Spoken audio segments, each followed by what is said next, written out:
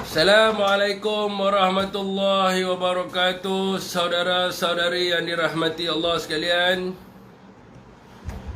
selamat malam dan salam sejahtera pada semua. Waalaikumsalam. Yusri Zulkifli Azwan Muhammad, Muhammad Fauzan Muhammad Zulkifli Muhammad, Pak Tawi Irwan Jalil Sepuja, Surya bin Roni, Amran Saad Muhammad, On Semaloi, Fazwan Ali, Epik Firdaus, Lahat Panda, Zamani Muhammad Zain, Lan Buana Harimau Jeram, Nik Muhammad Fahmi, Ahmad Rashidi, Abu Fawas, Pargon Usma, Syam Kudari, Tok Abah, Jamal Cik Hasan, Muhammad Asrul Ni bin Mustafa, Malik Hizir.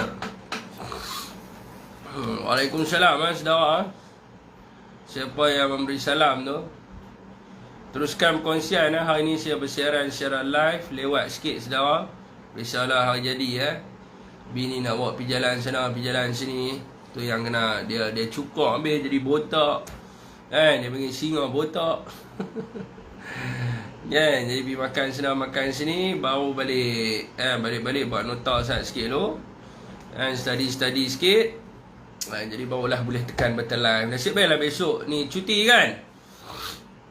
Jadi saya bersiaran secara live tuan-tuan di Facebook Muhammad Syafiq Abdul Halim page, dan juga di TikTok saya Syafiq Abdul Halim. Minta saudara semua untuk teruskan perkongsian. Terima kasih siapa yang ucapkan selamat jadi. Ibrahim Mak Asyam, Waalaikumsalam. Jadi apa nama ni, teruskan perkongsian. Di yang biasa tengok di TikTok tu, teruskan tengok di FB. FB ni penting tuan-tuan. Naikkan view di Facebook ni. Bolehlah saya upgrade studio saya. Di FB ni penting view. Di TikTok ni tak apa sangat. Di Facebook ni dia mesti dahsyat. Tiger Fik, terima kasih. Yahya Umar, Waalaikumsalam. Okey tuan-tuan, teruskan perkongsian saudara semua di TikTok dan juga di Facebook saya. Dan jangan lupa untuk mengikuti saya siaran ulangan tayangan perdana ataupun premier di saya punya YouTube saya, Muhammad Syafiq Abdul Halim Official, dan juga fan, iaitu Muhammad Syafiq Abdul Halim Fan. Itu diuruskan oleh Berolah TV. Okey saudara, isu atlet. Alamak, tak masuk pasal isu atlet tu kan. Video Harazi, Waalaikumsalam. Waalaikumsalam. Pada sesiapa yang memberi salam, teruskan perkongsian. Saudara-saudara, naikkan lagi view di Facebook. Saya tahu lewat esok cuti. Ada banyak agak isu ni. Mukadimah saya tuan-tuan. Waalaikumsalam. Pada sesiapa yang memberi salam tu. Tak larang nak sebut nama semua tu. Sikit pinggang ni. Saya ada gout tuan-tuan. Pergi makan granola. Aiskrim apa dia panggil? Iyau-iyau. Apa benda aiskrim dah, bini ajak pergi makan. Kena granola tu. Kalau dia granola, apa nama, granola tapak kaki, sap tengkap kan. Herik tu.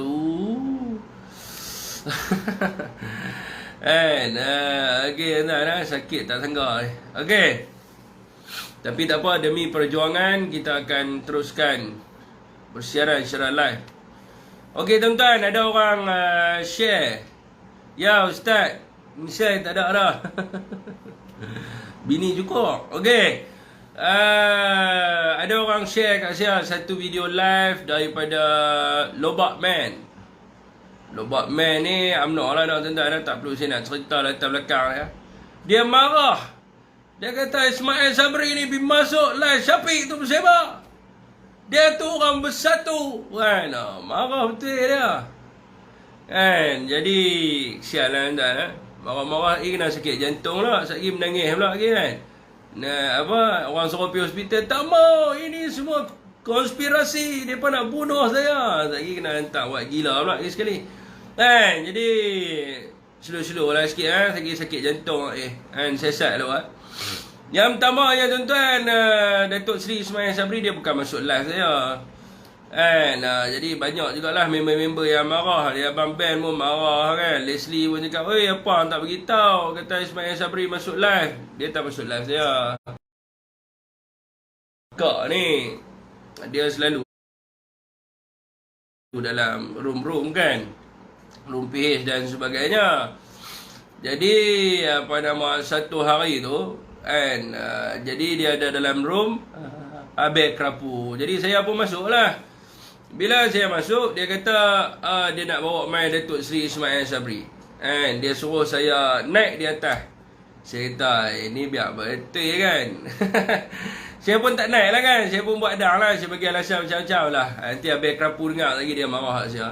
Saya pun bagi alasan macam-macam lah. Saya kata ni tengah buat kereta, tengah makan semua sikit ni. Macam-macam alasan saya bagi kan.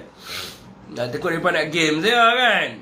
Jadi saya pun tak naik lah. Tiba-tiba tu saya tengok tiba-tiba Pak Mak muncul. Jadi bila dia muncul tu, saya ambil lah opportunity tu. Peluang kena ambil lah kan. Dia panggil Mak Saleh panggil opportunity. Jadi bila saya naik tu, saya dah ada soalan saya nak tanya. Saya ni sentiasa banyak persoalan dalam apa nama ni, dalam kepala saya. Sebab tu dia panggil kat saya dulu Riddle, Mr. Riddle. Banyak teka-teki dalam kepala saya, orang tak boleh nak baca. Jadi saya pun naik. Saya tunggu peluang yang sepatutnya. Dan saya tanya soalan yang saya nak jawapan tu. Saya dah tahu lah. Saya tanya soalan memang saya nak jawapan tu. Jadi dan saya pun ambil lah kesempatan kan. Bukan selalu dapat kesempatan tanya dengan mantan Perdana Menteri dan orang yang tertinggi jawatan dalam UMNO ni. Saya pun tanya soalan. Saya tanya soalan dan dia respon sebagaimana yang saya nak. Jadi mereka pun rekod lah. Mereka rekod, mereka pun telah pun memviralkan video tersebut. Jadi itulah dia punya cerita dia yang sebenarnya. Jadi saya rasa tak perlulah kita nak respon pada orang gila. Jadi Lobak ni, dia ni tahu dah kan. Mereka ni setiap hari mereka akan sebut nama saya. Sebab nama saya ni adalah zikir bagi mereka. Dan saya minta lah pada rakan-rakan semua, tak perlu dah nak share video mereka duk kata kat saya ke apa ke, BP lah. Lah ni mereka ada zikir baru. Zikir mereka adalah Syafiq.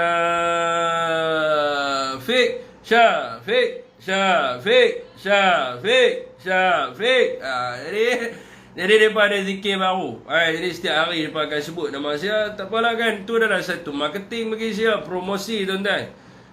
Menaikkan view saya yang akan menunjukkan dengan begitu dahsyat dan hebatnya. Jadi tak apalah. Bila mereka nak motif, mereka nak jadi orang gila, kita tak payah nak layan lah orang gila. Bagi pendapat saya, Lobak ni, dia ni macam anjing gila kepada Zahid dengan Najib lah. Jadi Zahid dengan apa nama, sebelum ni Najib belah dia. Najib bubuh kat tengkok dia. Lokman ada Lobak man. Najib belah dia. Dia pun ikut lah kan Najib ikut Najib Najib bawa pegang lah kan, bawa dia pergi mana-mana. Lah ni Najib dah masuk dalam. Bila Najib dah masuk dalam, Zahid lah tuan dia. Zahid lah duk jaga dia, bagi makan makanan dalam mangkuk apa semua kan. Jadi dia ni bagi saya, dia ni anjing belaan lah. Dia bukan orang yang perjuangan, tetapi dia hamba kepada seseorang. Jadi sekiranya dia ni orang yang meneliti, dia kena tengok lah soalan yang saya tanya kepada Datuk Seri Ismail Sabri. Dan bagaimana dia respon. Soalan saya tanya kat dia adalah daripada sudut spektrum politik.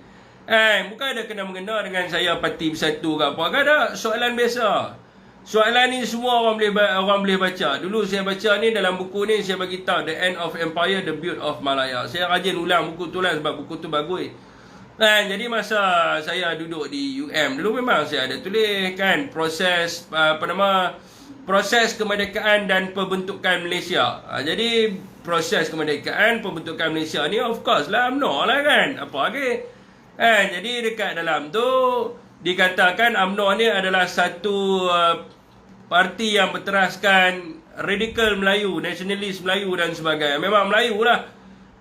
Jadi UMNO ni daripada dulu kalau orang kenal dia daripada tahun 1946 memang Melayu ya.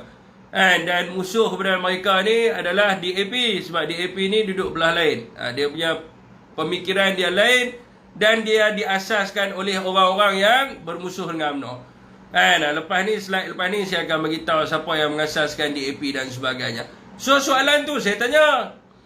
Saya tanya kat Datuk Seri Ismail Sabri, dalam keadaan sekarang ni macam mana? Jadi dia pun memberilah pandangan dia. Dia kata apa? Saya ingat balik. Dia kata UMNO ni Parti Radikal Melayu, DAP ni Parti Radikal Wan Cina. Sudah tentulah UMNO memerlukan undi Melayu. UMNO tak boleh bergantung dengan undi DAP. Jadi itulah yang dia jawab. Saya pun tak ingat, tengok video tu kan. Saya tanya soalan tu sebab saya nak jawapan tu ya. Jadi dia marah betul kat saya. Duk pergi masuk dalam live Syafiq ni bersepak. Marah betul kat Ismail Sabri ya. Kesian dah. Jadi bagi saya Luqman ni dia tak lama tuan. Dalam politik ni dia tak lama sebab dia, saya boleh katakan semua kepimpinan UMNO dia maki bangang bodoh. UMNO ni dia ada satu budaya sikit lah kan. Nak bergaduh macam mana pun tak apa. Tapi jangan maki dia bodoh, jangan maki dia bangang dan sebagainya. Biasalah orang-orang yang profesional ni kan, jenis-jenis eksklusif ni, dia tak suka orang memanggil dia dengan perkataan tu. Jadi Luqman si anjing liar ni, dia selalulah kan, semua dia maki. Jadi bagi saya kalau kita nak layan dia buat apa, dia pun tak ada. Zahid masuk dalam, Najib masuk dalam, dia tak apa lah, dia akan dibuang begitu sahaja. Syukarlah untuk mana-mana orang terima dia pun kan. Habis semua dibangangkan, dibabinya, dibodoh apa semua, dia seorang yang betul kan. Jadi masalah juga. Okey tuan-tuan, tu adalah mukadimah kita pada malam ni dan teruskan perkongsian tuan-tuan. Tak habis-habis komen parti orang lain. Penganalisis politik lah. Abang jelas kan Ustaz? Ada artikel tentang tu. Abang Ramli Hadi jangan risau. Saya ada artikel tentang tu yang abang ni rasa orang Pakatan Harapan UMNO ni rasa jealous sangat lah hari ni bila semua akhbar di Malaysia petik saya punya artikel. Dia pun rasa dia tak puas hati, kata bila masa dia ni jadi pengalisa politik dan sebagainya. Sagi. Sabar Ustaz. Duk pergi lama sikit abang share dulu. Sekali saya jawab Okey tuan-tuan, semalam ini mukadimah lagi ni. Ni pasal Ustaz Razman Zakaria lah tuan-tuan. Semalam grup-grup PH ni Razman minta maaf. Jadi hari ni keluar dalam Malaysia Kini. Anak dia mengatakan bahawa permohonan maaf ni dilakukan oleh kedua-dua belah pihak. Yang mana Anwar minta maaf kat dia, dia minta maaf pada Anwar sebab tak mau benda ni, sebab Anwar lah ni jadi Perdana Menteri, dia tak mau benda ni jadi besar. Jadi kalau benda ni jadi besar lagi, Anwar malu dan semua orang akan malu lah. Jadi dia minta supaya Ustaz Razman mohon maaf dan dia pun akan mohon maaf balik pada Ustaz Razman Zakaria. Ini adalah kenyataan pada anak dia sendiri. Belum lagi ada kenyataan rasmi daripada dia. Namun kalau saudara tanya saya ada benda dan juga pandangan yang berbeza lah berkaitan dengan perkara ni. Jadi saya punya pandangan saya macam ni tuan-tuan. Ustaz Razman Zakaria ni dia tak cakap benda yang bohong. Sebab saya dah periksa fakta apa yang dia cakap tu lah. Dia tak cakap benda yang bohong. Cuma ada berlaku sedikit kesilapan teknikal. Daripada segi waktu je. Jadi dia tak cakap benda yang bohong saudara. Saya boleh bagi tahu macam tu ya. Sebab sebelum ni tuan-tuan saya kod dahsyat Malaysia tak dan saya sebut lagi dia hashtag MCMC lah. Tak apa. Biar daripada siasat tak ada masalah apa. Semalam pun saya sebut tentang liwat pun dia hashtag MCMC PDRM bodoh memang manusia. Lah kali nak pergi buat report dengan cerita tak boleh betul ke? IO kata apa? Abang nak pergi buat report kat mana? Ceras IO kata apa? Mana ada dia kata kat Anwar pun. Dia cerita pasal budak sekolah kena liwat. Kan jadi bodoh. Okey tak apa tuan. Biasalah orang-orang Pakatan Harapan ni dia otak tak apa nak cerdik. Belum habis orang cerita lagi dia hashtag dah. Okey tuan-tuan sebelum ni memang ada dilaporkan ada NGO pro LGBT yang menyokong Anwar Ibrahim dan juga Parti Keadilan Rakyat di peringkat dunia tuan-tuan. NGO ni NGO ni kalau di Malaysia diketuai oleh seorang wanita lesbian nama dia Grace Paul. Grace Paul nama dia. And so Grace Poh ni adalah ahli NGO kepada International Gay and Lesbian Human Rights Commission, IGLHRC. So Grace Poh ni dia pernah tulis satu rencana, and di mana dalam rencana tersebut dia mengatakan dia menyeru golongan LGBT di Malaysia untuk terus memberi sokongan kepada Anwar Ibrahim supaya dia menjadi Perdana Menteri agar hak kebebasan mereka ini akan terjamin. So tuan-tuan, Grace Poh ni juga adalah orang kuat kepada Parti Keadilan Rakyat, yang mana dia berkempen. Orang kuat ni maknanya bukan orang parti, yang dia berkempen untuk Parti Keadilan Rakyat mewakili NGO dia. Dan dia menjawab jawatan dalam NGO itu sebagai penyelaras serantau ASEAN dan juga Kepulauan Pasifik untuk NGO International Gay and Lesbian Human Rights.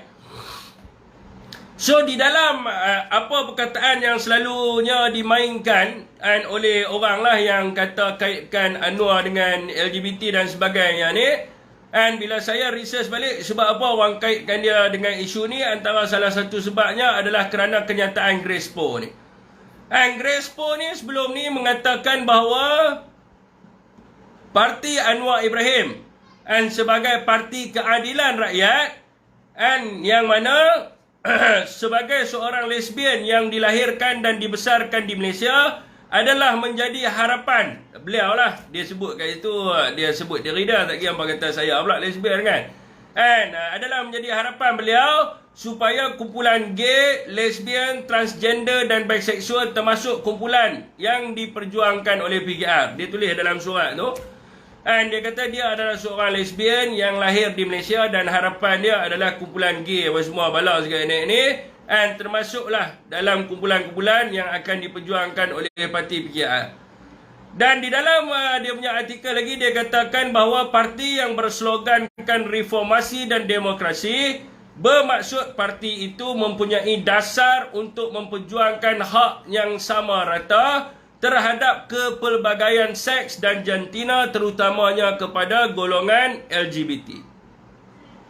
Orang Pakatan Harapan boleh tak dengar bagi habis dulu sebelum duk jadi macam orang gila meracau kan. MC PDRM dengar saya dulu. Saya nak buat penerangan ni bukan nak kesayangan hamba. Hamba ni mau duk relax dengar orang bagi fakta lu, dengar betul-betul lagi. Okey. Cukup lah kan. Okey, lepas tu ayat dia yang seterusnya dia katakan bagi menggalakkan reformasi dan demokrasi adalah bermaksud menggalakkan kepelbagaian warga negara yang perlu, termasuk menggalakkan hak kepada kumpulan seks dan jantina berbeza. Matlamat dan keuntungan berpolitik reformasi undang-undang dan persekitaran yang demokrasi perlu diterjemahkan kepada semua kelompok manusia tanpa mengira dari kelompok kumpulan manusia sama ada heteroseksual ataupun homoseksual. Tidak kurang pentingnya kepada kumpulan LGBT untuk melibatkan diri di dalam proses berpolitik dalam negara kita yang mana ke arah pendemokrasian dan menjadikan kehadiran kumpulan ini akan dirasai oleh kepimpinan parti serta pimpinan parti yang mengiktiraf peranan mereka dalam masyarakat. Parti Keadilan ini, bila dia keluar kenyataan ini, bila siapa dia, Malawan Sintok dia, bila Grace Poh ni keluar kenyataan ini di peringkat dunia, malah kenyataan dia ni tidak pernah dinafikan oleh Anwar ataupun daripada parti PKR sendiri yang mengkritik Grace Poh ni kerana mengaitkan parti PKR dengan LGBT. Malah Anwar sendiri pernah mengeluarkan kenyataan supaya orang kata direview semula undang-undang berkaitan dengan liwat kerana dia mengatakan bahawa undang-undang itu adalah undang-undang yang lapuk dan purba dan sebagainya. So apabila PKR tidak pernah menyaman ataupun tidak pernah menafikan dakwaan NGO ini, malah Anwar sendiri tidak pernah menafikan dan sebagainya, maka Kan pada tahun 2014, 2016 pada waktu itu ramailah orang duk main isu ni. Kan jadi orang duk gunakan gambar Grespo dan sebagainya ni. Sehinggalah kejatuhan kerajaan pada kerajaan Barisan Nasional pada PRU 14. Kan pada waktu tu ada seorang pula dah. Nama dia apa? Nisa. Nama sebenarnya saya tak pasti. Nama perempuannya adalah Nisa. Dan bila mereka ini berjumpa dengan Menteri Agama untuk memperjuangkan hak mereka, dan kemudiannya didokong oleh Menteri pada waktu itu yang kata kena bagi peluang pada golongan LGBT. So berdasarkan NGO ni dan hubungan di antara Nisa ni, sebab itulah orang kaitkan dengan PKR dan juga Anwar Ibrahim.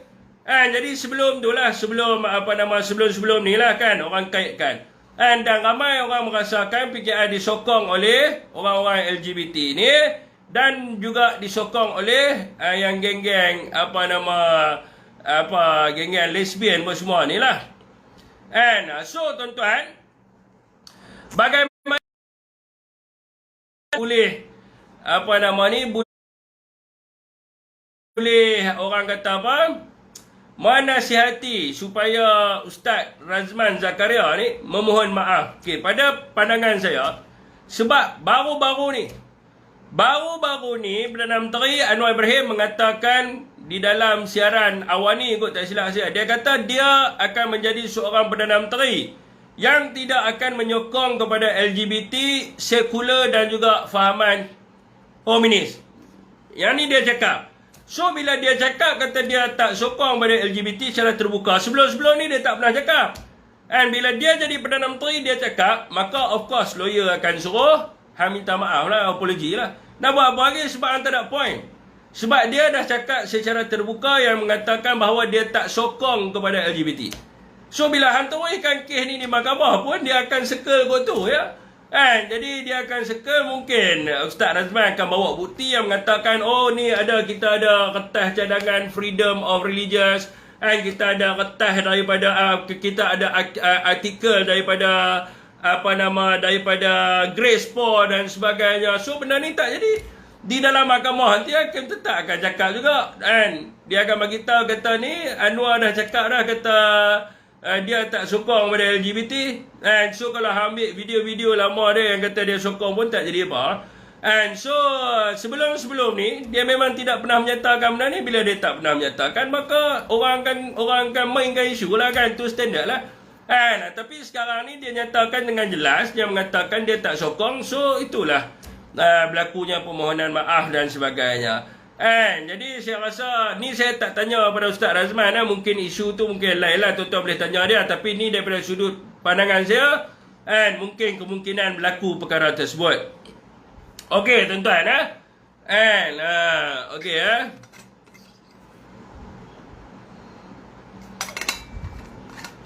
Abdul Ghani, seluruh Malaysia sokong Anwar Ibrahim jadi PM. Saya ada juga, tunggu stay. Topik tu saya ada juga, Merdeka Square kan.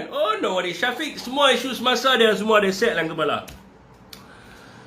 Okey tuan-tuan, itu adalah berkaitan dengan isu Ustaz Razman jadi ni pula ada lagi. Ni kira mukadimah jugalah kan. Persoalan pertanyaan ni saya jawab terus lah. Daripada ni kita tahulah rakan kita daripada Selayang dia bangkitkan isu ni, tapi saya nak naik dia pun tak bagi saya naik. Saya nak jelaskan. Dia tanya apa perbezaan DAP dan Gerakan. Lepas tu ada seorang lawyer daripada Pakatan Harapan ni masuk. Dia kata Gerakan ini adalah parti yang diasaskan oleh Parti Komunis Malaya. Gerakan ni memang pure adalah komunis, tak macam DAP. DAP ni adalah parti multiracial dia sebut. Saya rasa lawyer ni pun ada masalah. Hak kawan kita hak di Selayang tu pun ada masalah juga.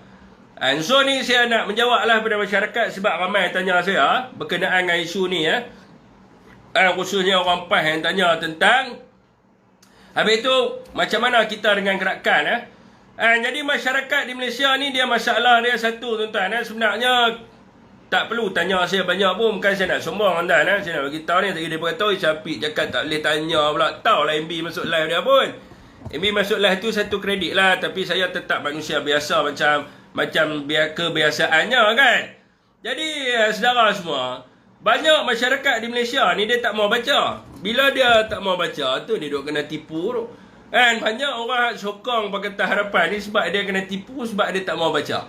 Tapi kalau dia baca, zaman sekarang ni tak susah tuan-tuan. Tuan-tuan type je. Kat dalam telefon tu. Tuan-tuan type je maklumat semua dah. Tuan-tuan type siapakah pengasas DAP berak keluar. Siapakah pengasas gerakan sejarah parti gerakan dan sebagainya. So, semua akan keluar. Jadi tuan-tuan, jadi itulah yang kena encourage. Sebab tu kalau kita tengok sirah Nabi pun, malaikat jumpa baginda Rasulullah SAW, apa benda dia cakap? Iqra'. Dia suruh baca. Kalau kita tak baca, kita sesat jalan tuan-tuan. Jadi kita kena baca lah. Jadi okey tuan-tuan. Saya harap lepas ni saya cuma bagi point sikit je, nak bagi buka minda, lepas tu hampa pergi baca sendiri. Saya takkan cerita the whole story macam saya nak cerita sejarah pula. Saya akan bagi satu spark, hampa rasa nak pergi baca, hampa pergi baca sendiri lah tuan-tuan. DAP diasaskan oleh dua orang. Nama dia Tian Man Hin dengan Devan Nair. Devan Nair. Dia sebut je nak tak? Nama dia, ejaan nama dia senang. D-E-V-A-N-N-A-I-R. Devan Nair. Jadi dia diasaskan oleh dua orang ni. Devan Nair ni, dia datang daripada India. Masa zaman dulu lah. Keluarga dia datang daripada Kerala, India. Dan dia meletak di Malaysia. Di Melaka lah. Macam jugalah Tian Man Hin ni, dia lahir di Taiwan dan dia datang di Malaysia. Okey, so tuan-tuan, sekarang mereka berdua ni siapa? Ni orang nak tanya ni, siapa yang pengasas parti ni? Jadi Devan Nair ni adalah bekas anggota Parti Komunis Malaya. Dia pada zaman perang Jepun dulu, pada zaman dia muda lah, dia remaja, dia adalah salah seorang daripada anggota Parti Komunis Malaya. Dan selepas itu dia menyertai Parti PAP. Apabila Parti PAP diharamkan, maka dia menubuhkan DAP. Dia adalah presiden kepada Singapura. Jadi ni dia punya latar belakang. Habis baca, saya tak mahu cerita lebih. Devan Nair ni adalah anggota Parti Komunis Malaya. Anda boleh pergi baca. Yang seorang lagi nama dia Dr. Tian Man Hin. Dr. Tian Man Hin ni, sejarah dia kalau tuan-tuan nak baca ni, susah sikit. Tuan-tuan pergi cari satu buku yang ditulis oleh Mak Saleh, nama dia Craig. Tuan-tuan pergi cari The Communist Insurgents. The Communist Insurgents 1946 to 90 berapa lah, tak ingat lah. Kalau ni tuan-tuan pergi tengok dia punya buku tu, itulah Craig itulah yang tulis. Dalam tu ada cerita tentang Dr. Tian Man Hin ni. Siapa Dr. Tian Man Hin ni dan sebagainya. Dia pun tapi dia tak katalah dia menganggotai Parti Komunis Malaya. Tetapi dia adalah orang yang mendukung kepada aspirasi Jinping. Jadi ini adalah Dr. Tian Man Hin. Sebab itulah pada 21 September 2013 dia ada menulis. Dia mengatakan bahawa ni, kalau tuan-tuan pergi research sikit, tuan-tuan akan jumpa dia punya penulisan dia. Dr. Tian Man Hin mengatakan bahawa Jinping sendiri, C ni saya masalah. Dia mengatakan Jinping sendiri tidak bersalah dalam kematian beribu-ribu anggota polis Melayu dan juga anggota tentera Melayu. Di dalam penulisan itu, Dr. Tian Man Hin mengatakan apabila perang berlaku dan Jinping ni adalah anggota gerila. Bila dia anggota gerila daripada tahun 1948 hingga 1949, bila 1989, apabila dia terlibat di dalam peperangan, sudah tentulah peperangan ini adalah akan berlakunya bunuh-membunuh. Maka apabila Jinping membunuh askar Melayu dan polis Melayu, bagi dia tidak salah. Sebab dia kata pada waktu itu adalah peperangan. Ini dia punya stand dia. Ini dia punya stand. Dan Dr. Tian Man Hin juga mengatakan, dia kata kerajaan tidak boleh menilai Imping sebagai pengkhianat. Abu mayatnya perlu dibenarkan oleh kerajaan Malaysia untuk dibawa pulang sebab dia lahir di Malaysia dan kampung halamannya adalah di Malaysia. So tuan-tuan, inilah orang yang menubuhkan parti DAP. Tidak ada sesiapa pun boleh menafikan perkara itu kerana ini tercatat dalam sejarah Malaysia. Jadi bila saya cerita benda ni, saya rasa lagi adalah orang Pakatan Harapan akan tanya, okey lah hang dah cerita tentang DAP. Lah ni kami nak hang cerita tentang gerakan pula. Ini depa salah tuan-tuan. Gerakan, depa ni bila depa tak belajar sejarah, depa nampak parti gerakan ni adalah Kosukun dengan siapa? Dengan sekarang ni lah. Dengan penuh orang Cina dalam tu dan sebagainya. Tapi parti ini bukan diasaskan seperti DAP. Parti gerakan diasaskan oleh seorang intelektual Melayu nama dia Syed Hussein Alatas. Seorang peguam India nama dia Veerapan Veerapan. Betul ya? Ada orang India sini ya? Boleh sebut ya? Veerapan Veerapan. Okey. Dan diasaskan oleh seorang intelektual berbangsa Cina itu sendiri, nama dia Lim Chong Yu. So sebab apa mereka asaskan parti ni? Mereka mengasaskan parti ni pada tahun 68 pada ketika itu dan dirasmikan pada tahun 74. Sebab apa? Sebab mereka katakan bahawa dalam Malaysia ni kita ada MIC. MIC ni parti untuk orang India. MCA ni parti untuk orang Cina. Dan juga UMNO parti untuk orang Melayu. So pada waktu tu dia kata kita belum ada lagi satu parti yang multiracial. Di Malaysia ni ada orang ni ideologi dia perjuangan bangsa, dan ada lagi ideologi dia nak kepada kepada semua kaum ni dalam satu parti dan sebagainya.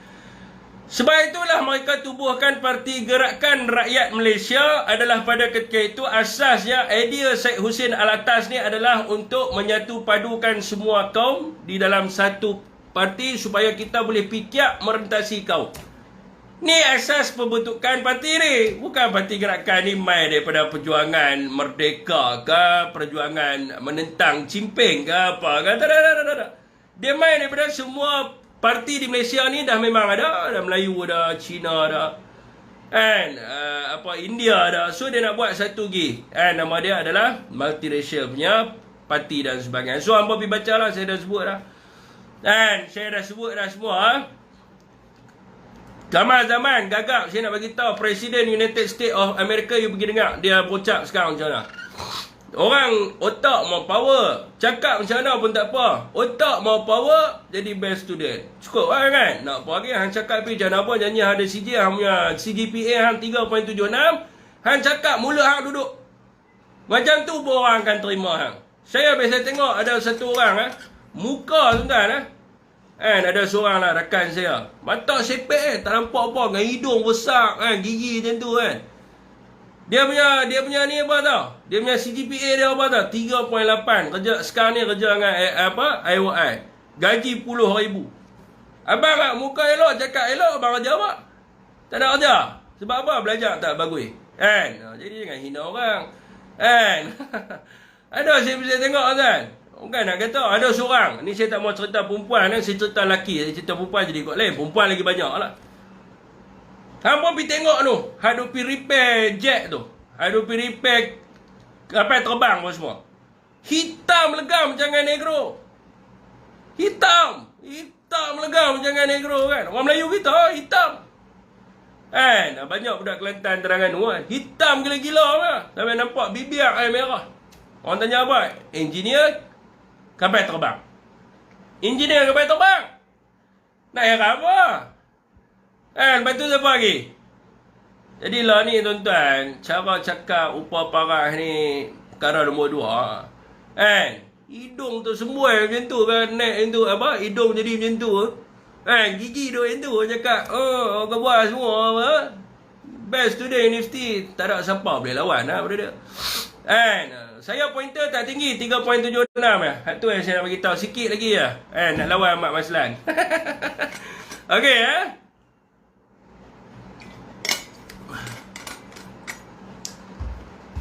Okey, saudara.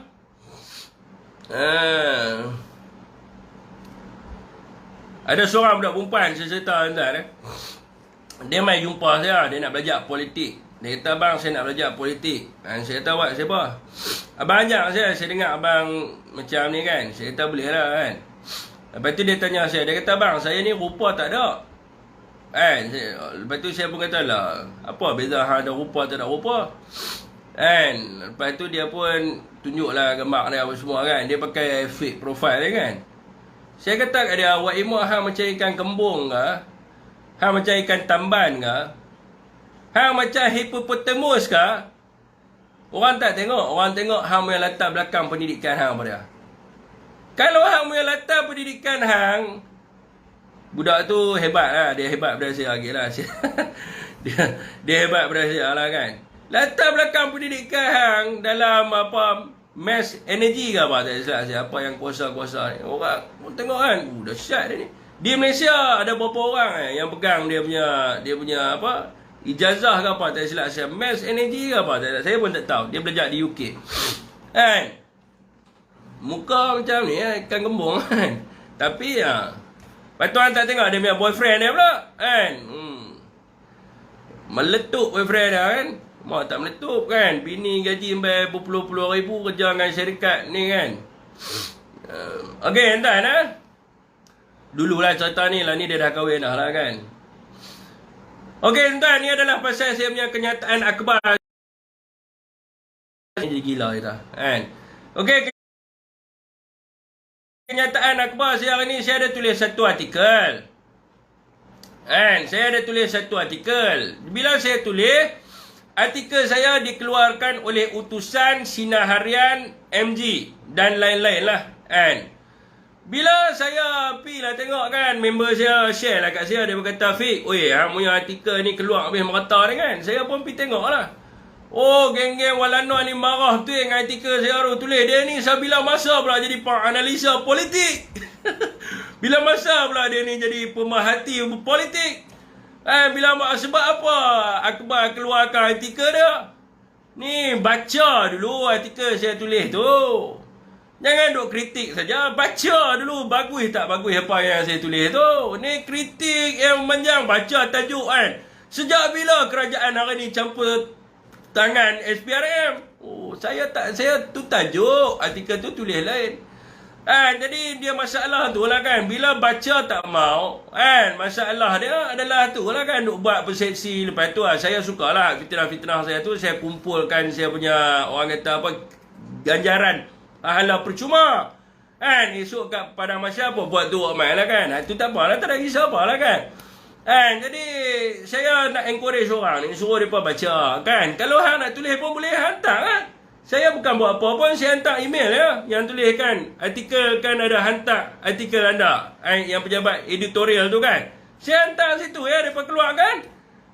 Hang nak tulis, hang rasa hang bagus, hang rasa hang penganalisa, hang rasa hang ni apa, researcher, hang rasa hang pandai, hang rasa hang lebih hebat daripada Syafiq Alif. Hang tulis lah. Hantar ke editorial. Suruh tengok editorial keluar ke tak. Jangan kritik orang. Hang tulis kritik ku. Saya mengkritik penganalisa ni, Syafiq Alif ni. Apa yang pandangan yang dia bagi ni kelihatan seperti orang bangang, orang bodoh dan sebagainya. Hang kritik lah. Kritik secara berhemah lah. Orang keluar, submit artikel hang. Mana nak tahu hang penganalisa yang lebih bagus ke? Hang penyelidik yang lebih bagus ke? Siapa nak tahu apa mereka nak ambil hang punya artikel lah? Jadi tulis. Hantar dekat Harakah ke? Hantar dekat Suara Keadilan kan? Nak tengok mereka terbitkan ke tak? Jadi saya tulis tu tuan-tuan adalah kerana saya nak menegur kerajaan hari ini. Dan saya sentiasa dalam live berbeza dalam live, tapi dalam penulisan berbeza. Kita amanah dengan ilmu. Saya dalam penulisan, saya berkata-kata benar dan saya menegur kerajaan hari ini dengan cara yang berhemah. Sebab tu saya suruh baca artikel tersebut. Saya berkongsikan pengalaman saya sebagai anggota PDRM. Dan saya mengenali ramai pegawai-pegawai PDRM. Sebab saya kerja 9 tahun. Dan saya sangat memahami, sangatlah berkaitan dengan penyiasatan ni. Bukan saya tak faham. Saya faham. Jadi masalah sekarang ni tuan-tuan, duk bising-bising ni, kita risau, takut. Saya tulis kat situ. Saya tulis kat situ adalah, apa yang saya bagi tahu adalah, sekarang ini, Menteri PH dan BN ini mendahului siasatan Ketua Pengarah SPRM dan SPRM itu sendiri. SPRM bila dia tak umumkan, itu adalah kerahsiaan.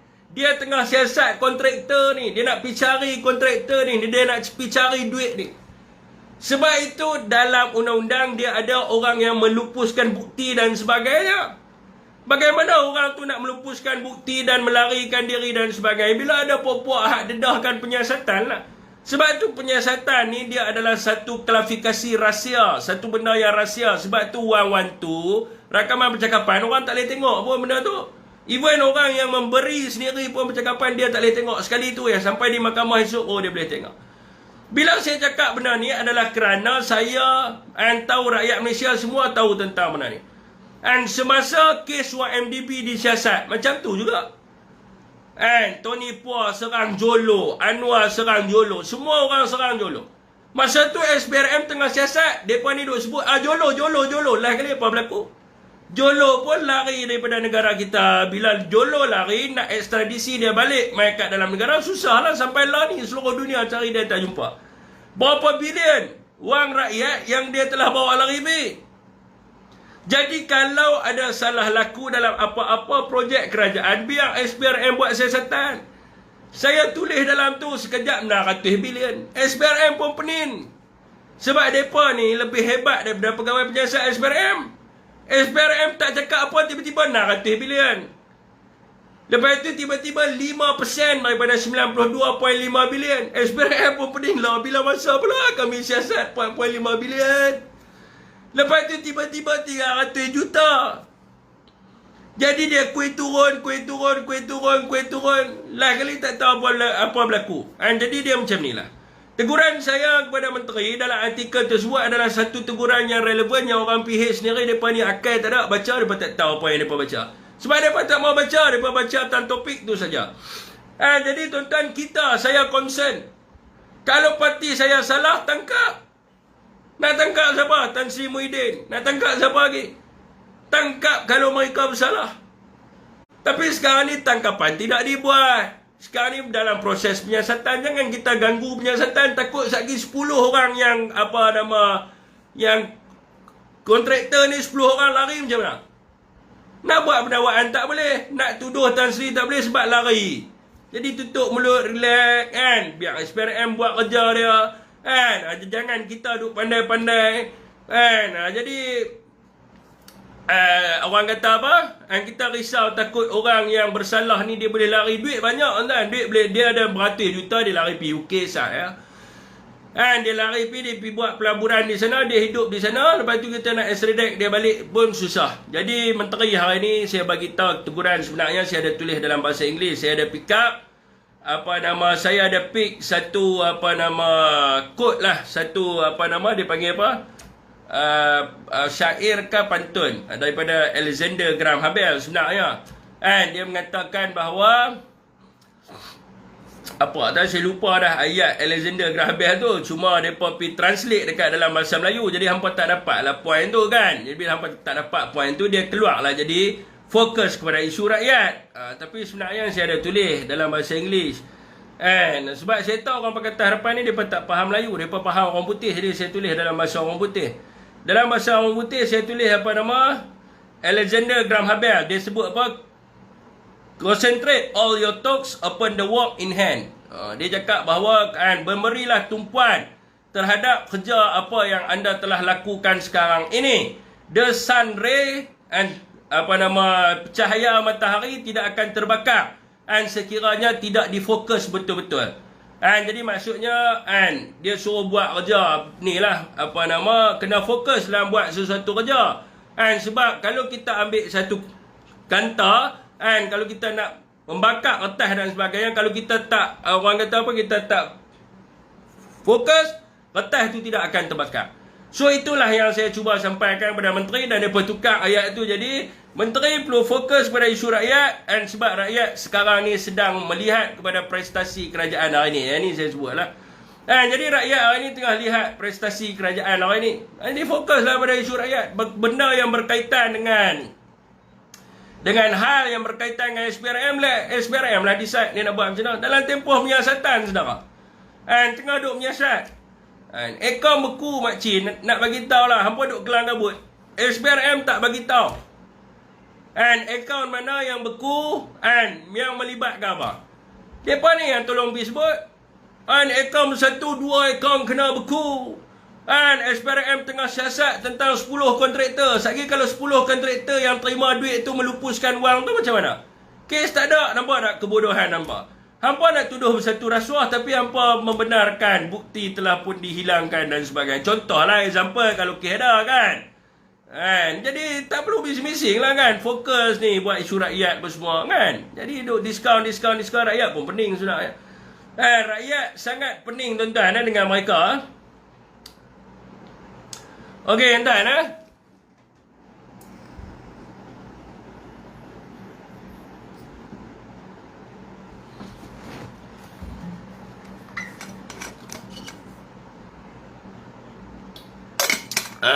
okey isu yang seterusnya Ramasamy. Ramasamy hari ini menuntut supaya Anwar Ibrahim tidak menjadikan lagi perkhidmatan awam ni ataupun kerja kerajaan lah, orang kampung kata kerja kerajaan ni tidak lagi dikuasai oleh orang Melayu. Dalam kata yang mudahnya Ramasamy bagi tahu kerana Anwar hentikan pembudayaan kerja kerajaan ni untuk orang Melayu saja. Jadi dia kata supaya Anwar ni membuka ataupun memberi kedudukan yang equal lah. Semua orang lah. Ada Cina, ada India, ada Melayu secara equal. Secara kesamarataan. Jadi dia tidak mau berat sebelah kan. Walaupun orang Melayu majoriti kat sini tuan-tuan. Jadi tak apa tuan-tuan. Kita tak ada masalah apa. Sebab apa? Ini adalah janji Pakatan Harapan kepada masyarakat bukan Melayu di Malaysia. Antara janji mereka adalah untuk memberi tanah pajakan 999 tahun. Lepas itu mereka janji untuk mengiktiraf UEC. Dan mereka janji kesamarataan dalam perkhidmatan kerajaan. Jadi soalan kita kepada Anwar Ibrahim apabila dia bersama dengan UMNO sekarang ni, kita nak desak, nak tanya suruh Anwar Ibrahim respon kepada Ramasamy. Adakah Anwar yang turun dulu jumpa dengan orang bukan Melayu yang berjanji perihal ini akan mengikut kepada apa yang Ramasamy bagi tahu dan dia akan buat rombakan. Jadi sekarang ni, sampai sekarang ni Ramasamy buat keluar kenyataan dan Anwar masih berdiam diri dan tidak respon terhadap perkara tersebut walaupun nama dia disebut. Jadi dia kena respon sebab masyarakat bukan Melayu, khususnya orang India, orang Cina dan sebagainya, mereka menunggu. Sebab Anwar kata, saya kalau jadi Perdana Menteri, saya akan bagi sama rata. Anak Cina, anak saya, anak India, anak saya, anak Melayu, anak saya, anak Iban, anak saya, anak Kadazan, anak saya. Sekarang ni, Daddy, you punya anak sedang tunggu. Responlah. Kita mau tengok, Perikatan Nasional mau tengok, you ada berani ke, you ada betul ke, cakap tak ada betul ke, you tipu saja. Saya bagi tahu dah tuan-tuan. Pakatan Harapan ni adalah parti penipu rakyat. Dia janji, dia hasut, buat hasutan perkauman. Dia hasut orang Cina, orang India, suruh benci kepada kita. Tapi dia janji dengan orang Cina, dengan orang India, dia buat tak? Sebab mereka ni penipu. Penipu besar. Dia takkan buat kita cabar Anwar. Kita cabar Anwar Ibrahim. Saya Syafiq Alim cabar Anwar. Besok keluar kenyataan saya menyahut apa yang Ramasamy suruh buat. Sebab ini janji kamu. Daripada tahun 1998. Keadilan. Reformasi. Nak reformasi. Nak reform. Buat. Keluar satu kenyataan. Jangan berselindung. Sekarang ni konon-kononnya bila dah jadi Perdana Menteri, lupakan janji kepada orang bukan Melayu. Kita cabar Anwar. And saya mencabar Perdana Menteri kita Anwar Ibrahim ni. Jadi begitu jugalah tuan-tuan. Ni UMNO ni kata kerajaan pening kepala tuan. Kerajaan pening kepala. UMNO ni tuan-tuan, dulunya mereka ni menentanglah kepada DAP dan sebagainya. Hari ini bila Ramasamy mengeluarkan kenyataan sebegini, tidak ada seorang pemimpin UMNO pun yang berani bersuara. Oh, yang dulu dikatakan UMNO memperjuangkan hak orang Melayu, UMNO nak jaga kepentingan orang Melayu, UMNO nak jaga kedudukan orang Melayu, AP mampulah. Seorang pun tak berani bersuara. Achraf Wajidi ke, Mat Jahid ke, Mat Maslan ke, semua diam. Mat Hassan tu, lagilah tak boleh pakai. Dulu saya sanjung dia. Saya rasa menyesal menyanjung Mat Hassan. Dulu saya sanjung Tok Mat Hassan ni kira pejuang Melayu lah. Sebab saya tengok dia kempen di rantau kan. Oh, kita orang Melayu kena jaga DAP ni macam mana. Tuan-tuan boleh baca lah kenyataan Mat Hassan dalam surat khabar dan sebagainya. Saya betul-betul kecewa lah dengan Tok Mat ni, orang kata. Tok Mat pun sendiri tak berani. Tok Mat lah ni jumpa Uncle Lim cium tangan. Cuma hari tu depan press statement sajalah dia buat gelisah, buat serba tak kena kan. Padahal dia tolong tuang ayak bagi kat Linggit Siang, dia tolong tuang ayak bagi kat Anthony Loh. Dulu dia duk kata macam-macam kat Linggit Siang. Inilah antara orang yang tak boleh pakai tuan. Tak berani. Telok duduk dalam. Mampu lah Menteri Pertahanan tak Menteri Pertahanan. Saya cakap tu terang lah. Saya beritahu lah Tok Mat you tak tahulah kan, penyokong-penyokong you di rantau yang jadi jentera-jentera pilihan raya di rantau menyesal lah menyesal. Senang cerita lah tuan.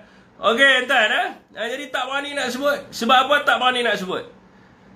Kalau kata Tok Mat kan sebut, kalau kata Zahid kan sebut dan sebagainya, of course lah Najib dan Zahid ni takkan dibebaskan daripada pendakwaan di mahkamah. Maka UMNO telok dia telah dipegang. Tok Mat pun dah pegang lah. DAP dah pegang macam ni. Ramasamy pegang macam ni. Tok Mat cakap sikit dia tarik. Cakap sikit. Dah kena pegang. Dia cakap sikit dia pun genggam. Okey. Elok nak buka mulut kena genggam.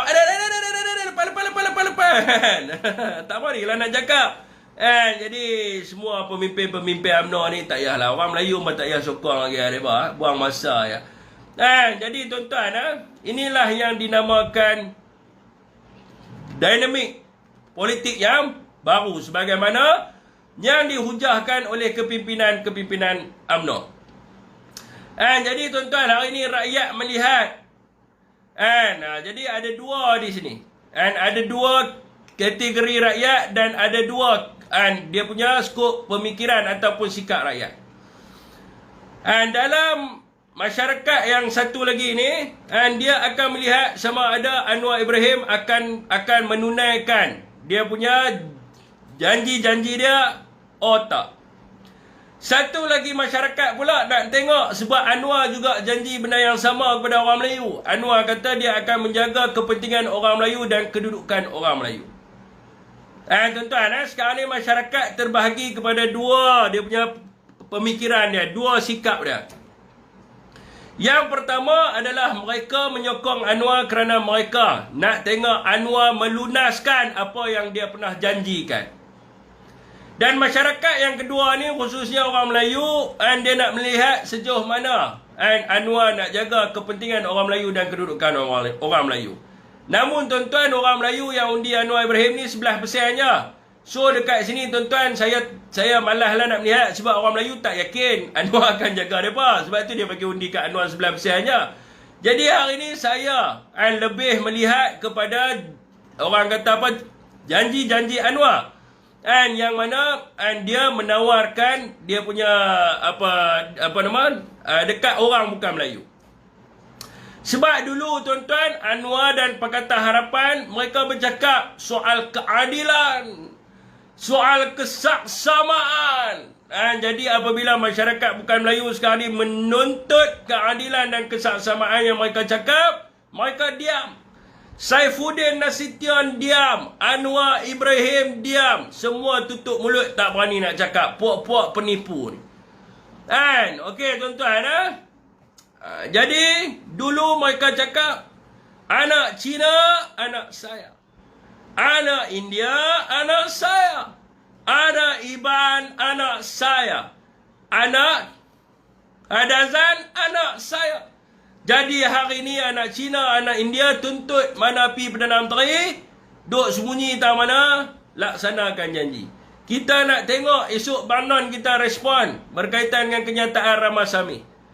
Dan saya juga cabar untuk Anwar Ibrahim respon berkaitan dengan UEC. UEC ini Pakatan Harapan janji dalam manifesto dia yang mengatakan bahawa mereka akan mengiktiraf UEC. Bila ni tak berani nak sebut pun pasal UEC, diam je. Diam je, sebutlah pasal UEC. Laksanakanlah. Janji saja tak laksana buat apa? Lepas tu dia janji apa lagi? Dia janji 999 tahun. Nak bagi kan? Daripada nak bagi. Laksanakanlah, jangan janji saja. Jadi orang bukan Melayu ni saya tak tahulah, depa sokong Anwar daripada tahun 1998. Depa rasa hak mereka akan diperjuangkan oleh Anwar Ibrahim. Lah kali mereka dikhianati dan ditipu oleh sosok tubuh orang yang bernama Anwar Ibrahim. Saya bagi tahu pada tuan-tuan, Anwar ni kalau tak penipu bukan dia. Dan saya kata benda ni adalah realistik, kecuali lah kalau dia laksanakan tiga-tiga benda tu, saya minta maaf lah besok kan. Tapi dia tak laksanakan lagi, kita cabar dia untuk dia buka suara. Okey saudara.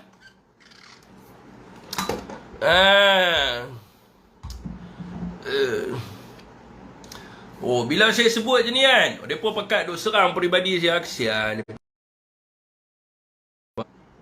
Tak boleh nak bagi hujah Hujah tak ada, hujah tak ada, serang peribadi ya, biasa. Level pemikiran orang Pakatan Harapan.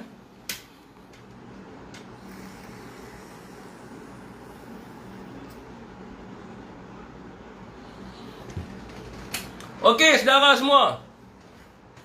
Di awal live saya tadi, ada orang Pakatan Harapan masuk dalam live saya, dia bagi tahu apa? Alah, hang duk cakap lebih kat sini. 68% rakyat Malaysia berpuas hati Anwar Ibrahim jadi Perdana Menteri. 54% rakyat Malaysia berpuas hati dengan kerajaan hari ini. Ini menunjukkan penanda aras rakyat percaya kepada kerajaan. Tapi mereka tak bagi tahu habis, ada lagi tu. 43% rakyat Malaysia yakin terhadap ekonomi negara. 43% yakin ni. Hampa kena pergi buat live cerita. 75% rakyat Malaysia menolak kepada Perikatan Nasional untuk menjadi kerajaan dan mengharapkan Perikatan Nasional menjadi bangkang. 66% rakyat Malaysia setuju dengan pembentukan kerajaan Pakatan Harapan dan juga Barisan Nasional. Hampa kena cerita bagi habis lah. Dan ini menunjukkan bahawa majoriti rakyat Malaysia mengangkat Anwar sebagai pilihan rakyat. Habis ni semua room mereka daripada petang tadi. Rakyat Malaysia setuju dengan Anwar. Mereka setuju Anwar menjadi pemimpin mereka. Anwar adalah Perdana Menteri pilihan rakyat. Tuan-tuan, masalah mereka tahu apa? Masalah mereka sama, mereka tak baca. Mereka tak baca. Laporan ini dikeluarkan oleh Merdeka Square. Soalan saya nak tanya kepada mereka, berapa responden dia? Dia buat kajian. Saya nak tanya responden dia, berapa responden dia? Yang dia dapat angka-angka tadi semua kan. Dia tanya kepada berapa orang? Dia tanya kepada berapa orang? Responden dia berapa? Responden dia berapa? Boleh jawab tak? Mana dia orang Pakatan Harapan yang kata terbaik tadi kan? Responden dia berapa? Soalan tak banyak, kita tanya. Satu soalan tu hakikatnya bro. Dan you bagi tahu saya lah, berapa responden dia? Responden yang menjawab soalan ini adalah 1,200 orang. Yang jawab soalan yang dibuat oleh kerajaan, adakah kamu berpuas hati dengan Anwar? Adakah kamu berpuas hati dengan kerajaan sekarang ni? Apakah keyakinan kamu terhadap ekonomi negara? 1,200 orang. Dan kajian ini tidak diwar-warkan. Siapa pun tak tahu. Kalau kata war-warkan, saya nak bagi tahu dekat orang dalam TikTok saya ni. Kat FB saya, tiap-tiap malam dekat FB saya tengok 20,000. Dekat dalam TikTok saya tiap-tiap malam yang duk tengok dekat 40,000. Dekat sini duk ada 60,000 orang duk tengok live saya tiap-tiap malam. Baik suruh saya buat poll. Nak saya buat nak tengok berapa ramai hak setuju dengan Anwar Ibrahim. Takat 1,200 orang. Geng-geng hampa saja pakai duit isi. Lepas tu hampa duk pergi keluar dalam surat gambar rakyat setuju. Kan bacalah sampai habis. Responden ni adalah 1,200 orang. Rakyat Malaysia ada 32.9 juta rakyat Malaysia. Kalau kita tengok based on media listening. Ni kita ambil ni tuan-tuan media listening tool. Ni siapa media punya geng ni tahu apa benda media listening ni. Media listening ni bahasa Melayu dia mendengar kepada media. Apa makna mendengar kepada media ni? Dia tuan-tuan kena buat sentiment analysis. And analisa sentimen dan juga analisa kepada reaksi masyarakat. Kalau kita tengok hari ni tuan-tuan, berdasarkan media listening, tuan-tuan boleh pergilah dekat mana-mana portal berita. Berita harian ke, Malaysia Kini ke, Sinar Harian ke, apa nama ni, yang mainstream media lah semua. Tuan-tuan boleh pergi tengok. Tuan-tuan boleh pergi tengok, tuan-tuan boleh buka dan membaca komen-komen rakyat. Saya bagi tahu kepada tuan-tuan, laporan-laporan daripada kerajaan, berita bila menteri daripada kerajaan saja dan mereka mengulas tentang sesuatu perkara. 80% rakyat menunjukkan reaksi negatif terhadap kerajaan dan menteri hari ini. Dan 80% rakyat memberi komen-komen yang negatif kepada kerajaan hari ini. Boleh tengoklah engagement berapa. Kalau kata dia like sampai 1,000 like, engagement dia 10,000 tak lari. Kalau dalam berita yang ada 1,000 like, 60% daripada berita tersebut, 60% daripada like, 60% daripada orang kata apa ni, komen-komen di media sosial menunjukkan mereka benci kepada kerajaan. Macam mana kita nak kata 70% sokong kerajaan? Macam mana kita nak kata? Jadi tuan-tuan, selain daripada kita boleh buat media listening tu, boleh tengok sendiri. Ni dia kan mereka kan ada JCOM kan. Dalam tu mereka ada lah JCOM ni, dia boleh kaji lah benda tu. Dia adalah tool tu dipanggil sebagai Map Water. Map Water ni boleh tengok lah berapa reaksi dia, berapa masyarakat yang setuju dengan kerajaan, berapa tak setuju. 80% tak setuju, saya kan nak bohong. Saya boleh tunjuklah macam mana kaedah cara buat dan sebagainya. Kita boleh tengok sendiri. Tuan-tuan pergi kat berita. Tuan-tuan pergi kat siaran berita. Sebagai contohnya, tuan-tuan pergi dekat menu Rahmah. Komen yang pertama, rakyat mengatakan menu ini telah lama diadakan. Ini adalah menu yang mana tukar nama saja. Daripada nasi bajet tukar pada Rahmah. Itu adalah nilai ataupun sikap negatif semasa warganet memberi reaksi kepada kerajaan. Alah, menu Rahmah ni ada dekat certain tempat ya. Bukan ada dekat semua tempat pun. Dekat tempat saya tak ada pun. Adakah orang nak kena pergi beli menu ni sampai 15 kilo, 30 kilo? Itu adalah reaksi negatif masyarakat. Saya nak tanya pada tuan-tuan, apabila menteri cakap tentang menu Rahmah, berapa ramai rakyat sokong dia, berapa ramai rakyat tak sokong dia?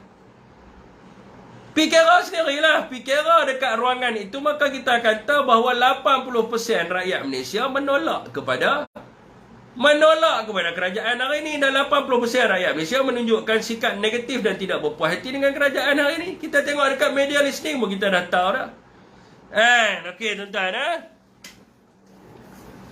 Macam mana anda mentafsirkan bahawa yang sokong tu PN ataupun tak? Kita kena tengok daripada kecenderungan. Sebab tu dia kena belajar, tuan-tuan. Nak kena belajar media psychological warfare. Macam mana kita nak tahu orang yang memberi pandangan tersebut adalah neutral ataupun dia adalah orang yang berparti dan sebagainya.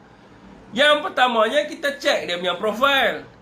Kalau profil dia tak ada bendera parti, dia duduk dengan keluarga dia, kehidupan dia macam biasa, dia tak ada share video-video kepartisan dan sebagainya, itu boleh dijadikan satu sebab yang mengatakan dia telah pun memberi reaksi secara neutral.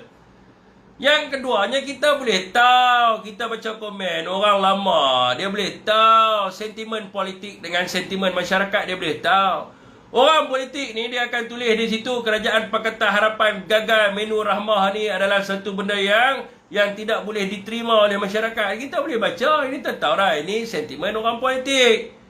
Tapi kalau kita pergi baca dekat ruangan-ruangan hari ini, kita boleh tengok. Khususnya di Facebook lah, sebab Facebook ni paling ramai. Rakyat Malaysia guna. Nombor 2-nya rakyat Malaysia gunakan TikTok. Yang ketiga YouTube. Lepas tu baru Twitter. Twitter hanya 15,000 rakyat Malaysia je guna Twitter. Bukan ramai pun. Jadi tuan-tuan, saya nak bagi tahu pada saudara semua. Pergi buatlah listening, pergi tengok sendiri. Kita boleh baca, kita boleh tapis sama ada reaksi dia tu adalah reaksi yang neutral ataupun reaksi yang dia orang politik dan sebagainya. Sebab kita belajar dalam bidang tu. Kalau mereka tak belajar ni, tak tahu nak kata lah kan. Cakap ni apa, buang masa ya. Okey tuan-tuan. KWSP ramai orang nak dengar ni.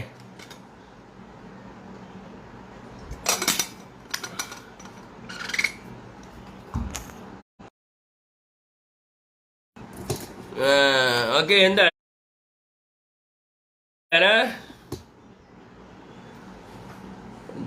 Orang ni 12,000 ingatkan 2 juta. No. 1,200 je yang tengok. Ni poll tersebut. Saya nak tengok soalan saya.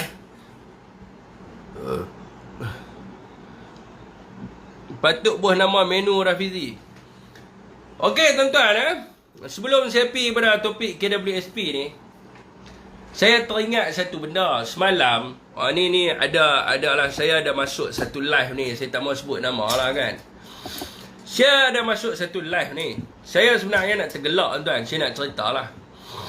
Ada seorang orang bersatu pergi masuk dengan mereka ni lah. Mereka kata hampa orang bersatu, hampa takkan memahami apa yang kami bincang sekarang ni. Sekarang ni dia ada naratif baru. Bila saya cerita tentang sentiment analysis, saya kena cerita benda ni. Sebab saya ada analisa mereka punya sikap ni. Mereka akan create satu kelompok ni. Okey, macam bersatu, mereka dah attack dah. Mereka dah attack ke bahagian rasuah dan sebagainya ni. Macam PAS, mereka tak berjaya attack sebab Anwar minta maaf pasal judi. Pasal perkauman pun mereka tak berjaya attack sebab tidak ada sentimen perkauman di situ. So, mereka nak pecah undi Melayu. Dia panggil sebagai, kalau mereka boleh pecah undi Melayu ni, mereka nak dapatkan sokongan. Mereka ni banyak daripada amanah lah. Sebab nak menjadikan mereka relevan. Sebab sekarang ni, UMNO duduk dalam Pakatan Harapan. Mereka akan pergi, orang kata pergi sekali. So, apa yang naratif mereka mainkan? Mereka kata hanya bekas orang PAS sahaja yang memahami PAS. Dahsyat. Saya pun dengar lah tuan-tuan. Saya pun dengar dan saya minta lah siapa yang duk tengok live saya ni, tolong berfikiran macam mana orang di sini fikir. Macam mana saya fikir tuan-tuan. Dia kata apa? Dia kata saya ni keluar daripada PAS sebab saya nak perubahan. Kita mesti suruh PAS ni diharamkan, ditutup, kena tukar untuk guru Haji Hadi apa semua ni. Kena bawa satu naratif hashtag haram PAS. Baiklah. Jadi nak tutup. Jadi mereka yang lebih faham PAS dan sebagainya. So keluar daripada PAS kerana nak penghijrahan. Nak satu benda yang baru. So adalah mereka main cerita lagi dah kawan-kawan mereka. Aku mula ni percaya PAS tapi sampai PIDU 14 ni aku tengok ada macam-macam lah. Mereka akan create macam-macam story lah. Ada seorang lagi akan main cerita. Dia kata mula-mula PAS nak duduk dengan Muafakat Nasional. Lepas tu bila PAS pecah dengan Muafakat Nasional, duduk dengan bersatu, nampak sangat lah PAS ni tidak boleh dipercayai dan sebagainya. Saya minta saudara semua fikir macam saya fikir. Bila kita sebut tentang perubahan, kita sebut tentang kita nak nak pi ke tempat yang lebih baik. Kan? Bila kita sebut kita nak perubahan, kita nak pi ke tempat yang lebih baik. Sudah tentu kita akan jadi lebih baik daripada tu. Sekiranya orang tu duduk dalam PAS, pakai serban, pakai jubah, pakai baju Melayu, dia pakai lebay. Tiba-tiba dia keluar daripada PAS, dia pakai baju dengan necktie. Lebay pun tak pakai dah. Kan? Rambut dia remote yang naik pun. Kan? Dia keluar dari PAS lah, dia pakai slot jean. Kan? Jadi dekat sini kita tak nampak bahawa dia melakukan sesuatu perubahan daripada buruk ke baik. Kalau daripada sudut psikologi, apa yang kita nampak? Dia ada masalah daripada menyesuaikan diri dia dalam keadaan itu. Jadi dia tidak boleh sesuai dengan keadaan itu, maka dia beralih keluar supaya dia boleh membebaskan diri dia. Benda ni berlaku dalam kajian budak-budak sekolah agama. Bila mereka duduk sekolah agama ni, mereka pakai jubah apa semua kan. Tapi bila mereka keluar sekolah agama, dan mereka pakai, mereka pergi dia lah, mereka jadi macam-macam. Jadi antara salah faktor yang dikatakan adalah kerana mereka ni tidak boleh menyesuaikan diri mereka dalam keadaan tu. Dia bukan berubah ke arah yang lebih baik sebab dia tak boleh sesuai. Sebab PAS ni, dia sebab tu saya tak masuk PAS. Sebab saya daripada awal saya tahu lah, sebab saya mesti kena pergi bersatu. Tapi mereka ni daripada PAS, sebab apa mereka keluar? Kalau mereka keluar, mereka mesti pergi tempat yang lebih baik. Macam mana mereka boleh pergi ke Amanah, mereka boleh pergi sokong dengan DAP. Contoh saya nak bagi tahu pada saudara. PAS mendokong kepada dia punya aspirasi dia adalah untuk menegakkan Islam. Nak buat itu, nak buat ini, adalah banyak. Mungkin orang PAS lagi mereka boleh cerita lah. Nak buat macam-macam lah PAS nak buat. Tapi tiba-tiba dia pergi lompat, dia lawan. Dia tak mau judi, dia tak mau dia tak mau hudud, dia sokong dengan DAP. Macam mana kita nak katakan bahawa dia berubah daripada satu titik yang buruk kepada satu titik yang baik? Dekat sini daripada yang pertama kita katakan dia ada konflik identiti kat situ. Dia tidak dapat menyesuaikan diri dia dalam keadaan itu. Yang keduanya adalah mungkin ini saya kata mungkin lah. Mungkin dia tak faham matlamat penubuhan parti dia. Dia tak faham visi dengan misi parti dia. Dia tak faham objektif parti dia. Benda ni berlaku dalam UMNO pun berlaku. Apabila orang dalam UMNO, dia nak memperjuangkan tentang multiracial sebagai contoh. Orang UMNO kritik dia, bila orang UMNO kritik dia, itu yang dia lari keluar pergi masuk dalam PKR dan sebagainya. Bila dia masuk dalam PKR, bila kita pergi tanya kat dia sebab apa keluar? Dia bagi tahu lah. Dia kata tak boleh lah nak perjuang ni semua. Kata hang tak faham objektif parti. Parti kita memang ditubuhkan, bukan sekarang lah, dulu lah saya kata. Memang UMNO ditubuhkan untuk jaga orang Melayu. Hang baca perlembagaan UMNO, dia tak terima bangsa lain pun masuk dalam UMNO tu. Memang nak jaga, tapi bila hang cerita luar pada konteks tu, orang tendang hang keluar lah. Jadi, bila kita nak melihat kepada mereka ini yang cuba menceritakan bahawa anda tinggal PAS ni sebab anda rasa bahawa PAS ni telah rosak, #haramkan PAS dan sebagainya, kita kena tengok sendiri. Seorang itu bila dia kata dia nak berubah, mestilah dia berubah daripada satu keburukan kepada kebaikan. Dia mesti nyatakan. Saya dah tunggu lama duk dengar. Mula-mula 15 minit saya dengar. Lepas tu 30 minit. Lepas tu kawan tu masuk main tanya. Dia kata ham kan tahu apa, ham kan orang PAS pun. Lepas tu saya tunggu pagi-pagi lah. Sebab saya nak dengar apakah keburukan parti PAS ni. Dan dia kena sedarai lah apa keburukan dia. Tok Guru Hadi Awang ni buat apa? Okey, dia buat ni. Benda ni tak boleh. Ni salah, ni salah, ni salah. Sedaraikan kesalahan dia. Tapi mereka tak sedaraikan walaupun satu pun kesalahan. Yang mereka kata, mereka adalah ahli PAS. Dia tak sedaraikan satu kesalahan pun. Jadi lepas tu saya dengar lah. Saya dengar dia kata kita nak pergi berubah ke satu tempat yang lebih baik. Bila dia tak sedaraikan apakah kesilapan, apakah kesalahan yang dibuat oleh parti lama dia, dan dia macam mana dia nak ajak orang untuk berubah ke satu tempat yang lebih baik. Macam mana? Macam hadir. Macam mana dia nak abang ke orang tak boleh lagi buat penerangan tak boleh. Jadi apa nama, macam mana kita nak cerita kat orang bahawa kita mesti berubah daripada satu keburukan kepada satu kebaikan? Macam mana kita nak cerita, kita nak abang kat orang ni? Sebagai contoh lah, saya bagi tahu. Parti A ni buruk. Sebab apa parti A ni buruk? Sebab dia tidak, bila dia, contoh kita ambil pemimpin dia adalah seorang yang suka kepada zina. Jadi kita ajak rakan kita, weh, kita tak boleh duduk dalam parti A ni. Sebab presiden ataupun pemimpin parti A ni, dia suka zina. Kita kena tinggal parti ni dan kita kena pergi ke parti ni. Parti ni, presiden dia adalah seorang yang warak. Seorang yang akidah dia terjaga. Seorang yang berkata-kata benar. Nampaklah. Nampak di antara buruk pergi kepada baik. Tapi kalau buruk tak cerita, baik pun tak cerita, berubah kat mana? Orang reverse kereta pun, dia reverse keluar kereta, kita nampak pergerakan dia reverse tu. Maknanya dia berubah daripada titik A kat dalam kotak parking tu, dia keluar. Dia reverse keluar. Jadi kita nak tahu cerita lah. Dekat mana yang kata keburukan PAS ni, yang kena keluar tinggal. Jadi kebaikan. Nak pergi ke kebaikan. Dan cerita pula, DAP ni lagi bagus 4 kali ganda pada PAS. PKR ni lebih bagus 4 kali ganda pada PAS. Wanita PKR ni, mana ada hak rambut-rambut oren pun tak ada. Semua pakai purdah semua. Baru nampak perubahan daripada keburukan kepada kebaikan. Sebagai contohnya, wanita dalam PAS ni free hair. Sebagai contoh, ni bukan nak bagi tahu kata hina apa nak. Rambut color, subang, buat sini, buat semua, bubuh subang, buat semua kan. Lepas tu orang tu meninggalkan parti tu kerana dia rasa tak sesuai, dia tak selesa. Dia tak boleh tengok aurat dibuka. Dia pindah pergi ikut parti PKR. Parti PKR semua pakai purdah, tutup muka, pakai baju labuh. Baru nampak daripada keburukan kepada kebaikan. Macam mana kita nak menceritakan bahawa daripada keburukan kepada kebaikan? Ni. Berhati-hati beranda semua. Jadi persanan saya untuk tanya. Banyak akan bertanya.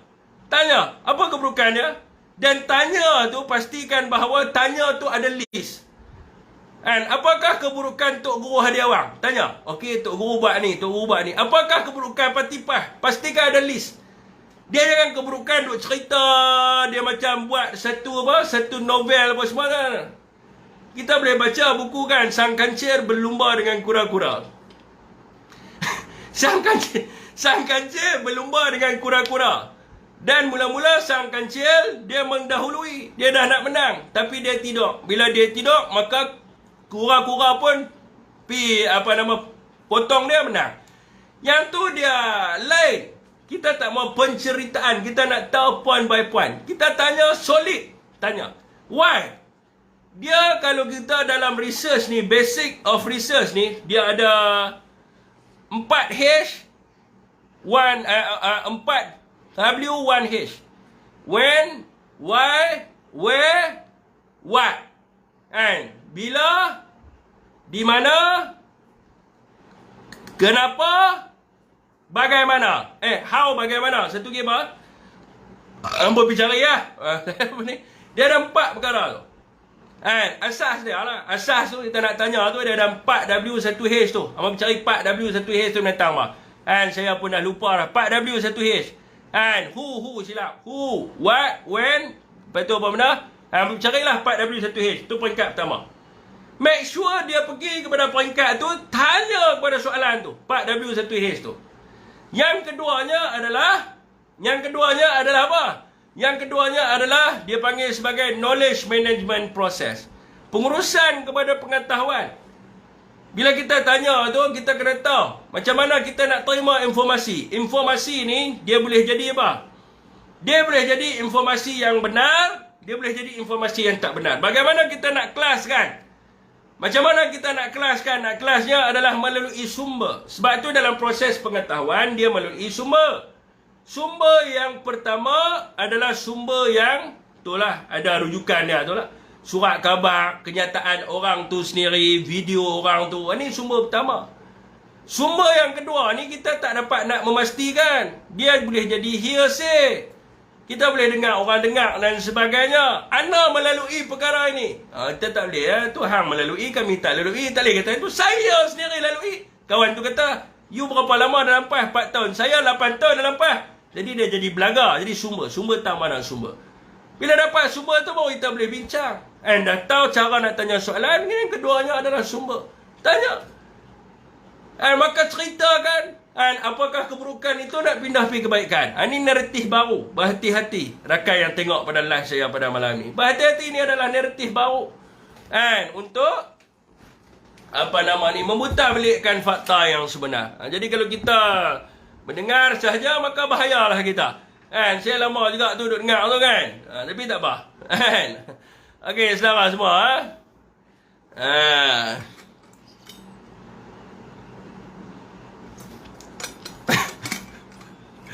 Ada. Kerajaan akan umum peluang jana pendapatan selain daripada pengeluaran KWSP. Rafizi Ramli. Jadi saya rasa Rafizi ni tak perlulah banyak formula lagi ya. Lagi banyak formula lagi rakyat pening. Dia formula bagi selesai satu-satu lah tuan-tuan. Kita ni nak pakai formula sebagai contohnya gradient apa dah? Dia panggil apa? MC equal to A square apa? Y equal to MC plus apa dah? Apa gradient apa? Y equal to MC apa? Lupa dah kan? Jadi tuan-tuan dia formula ni satu-satu lah. Janganlah banyak sangat formula. Ni formula KWSP pula kan. Jadi tuan-tuan, saya nak bagi tahu pada Rafizi, sebelum ni formula ayam dengan telur tak selesai lagi. Formula ayam dengan telur ni tak selesai lagi. Sebelum ni dia kata supply and demand lekuk jalan dan bila rakyat tak beli maka supply tu akan bertambah demand berkurang, harga akan turun. Lah ni ramai orang tak makan ayam, siapa harga ayam tak turun. Jadi formula ni pun tak selesai lagi, dia nak pergi pula formula baru. Ni dengan harga sayur meningkat, buat formula ni pula, sayur ni pula. Jadi dia boleh pula duk cerita, dia kata kita ada formula baru. Tak payah awak keluar KWSP, saudara-saudara semua, rakyat-rakyat semua yang ada di hadapan saya, percayalah anda bahawa Rafizi Ramli mempunyai formula. Anda tidak perlu risau tentang pengeluaran KWSP. Kerana apa? Kerana Rafizi akan berjaya dengan formulanya bagi mencipta peluang untuk menjana pendapatan.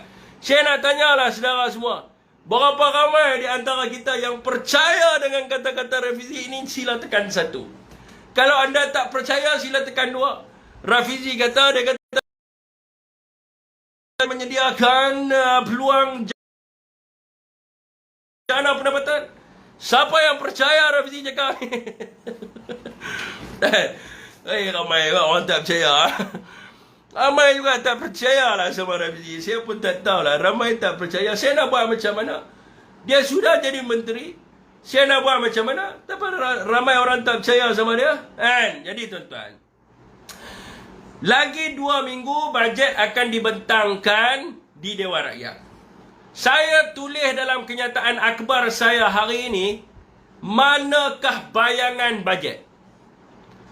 Ahmad Maslan cakap baru ni bahawa dia minta rakyat Malaysia untuk memberi pandangan berkaitan dengan bajet yang akan disediakan oleh kerajaan. Dekat mana kita nak letakkan pandangan kita? Mana ni? Yang bayang bajet pun tak ada. Nak bentang 2 minggu, nak terus lulus, suruh rakyat terima macam tu saja. Sistem demokrasi dan semak imbang di dalam negara kita ni terus hapus. Apa saja tindakan yang diambil oleh kerajaan, rakyat tak perlu tahu. Jadi kalau anda sediakan bajet, tunjuk bayangan bajet, maka barulah rakyat boleh tengok apa yang anda nak buat. Tapi sekarang ni rahsia, tiba-tiba 2 minggu lagi baru nak umum.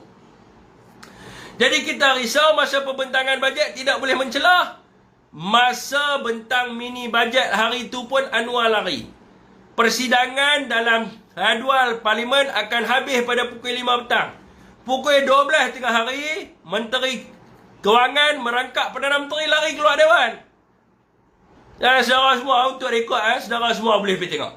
Lari keluar dewan dan sebagainya. Jadi kita takut nanti tak boleh tanya soalan pula. Lagi 2 minggu lagi. Jadi buatlah bayangan. Supaya ahli parlimen daripada pihak pembangkang, rakyat semua dapat memberi pandangan mereka dan sebagainya. Itu yang pertama.